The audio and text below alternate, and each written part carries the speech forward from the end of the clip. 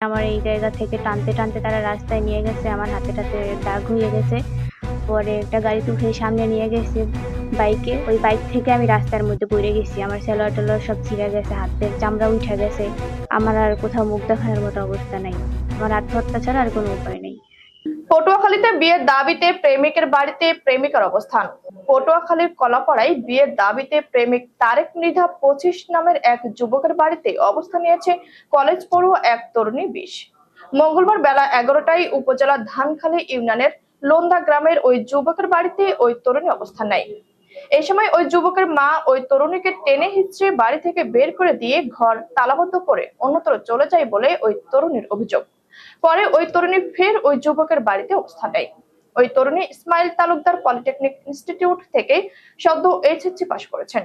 ওই তরুণী জানায়, প্রায় 1.5 বছর আগে কলাপাড়া পৌর শহরের চিংগড়িয়া এলাকায় ওই তরুণীর সঙ্গে বৈশাখী মেলায় বসে তারেকের পরিচয় হয়। পরে তাদের মধ্যে মুঠোফোনে প্রেমের সম্পর্ক গড়ে ওঠে। এক পর্যায়ে বিয়ের প্রলোভন দেখিয়ে ওই তরুণীকে নিয়ে তারেক কুয়াকাটা সহ বিভিন্ন এলাকায় ঘুরতে যায় এবং রাত্রি যাপন করেন। বিষয়টি জানাজানি হলে তারেক তাদের সম্পর্ক অস্বীকার করে এবং ওই তরুণীর সঙ্গে যোগাযোগ বিচ্ছিন্ন করে। এই বিষয়ে তারেকের মুঠোফোন বন্ধ পাওয়া গেলেও তার পিতা ফারুক মৃধা বলেন, তার ছেলের বিরুদ্ধে আনিত সকল অভিযোগ মিথ্যা। কলাপাড়া উপজেলা নির্বাহী কর্মকর্তা রবিউল ইসলাম বলেন, ঘটনাস্থলে গ্রাম পুলিশ পাঠানো হয়েছে, বিষয়টি খোঁজ খবর নিয়ে দেখা হচ্ছে। তারেক মৃধা ওর সাথে আমার সম্পর্ক ছিল, তো এই জন্য আমি এখানে আসছি।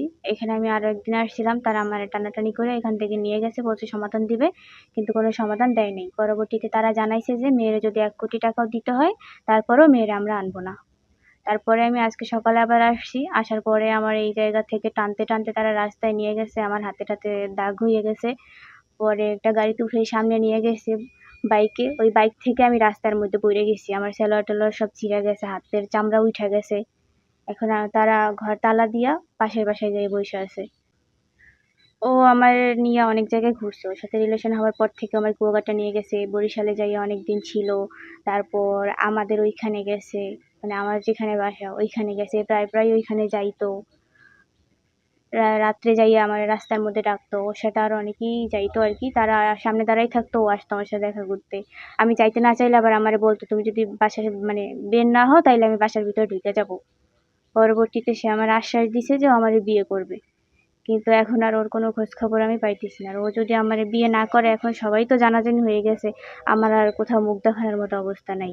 আমার আত্মহত্যা ছাড়া আর কোনো উপায় নেই।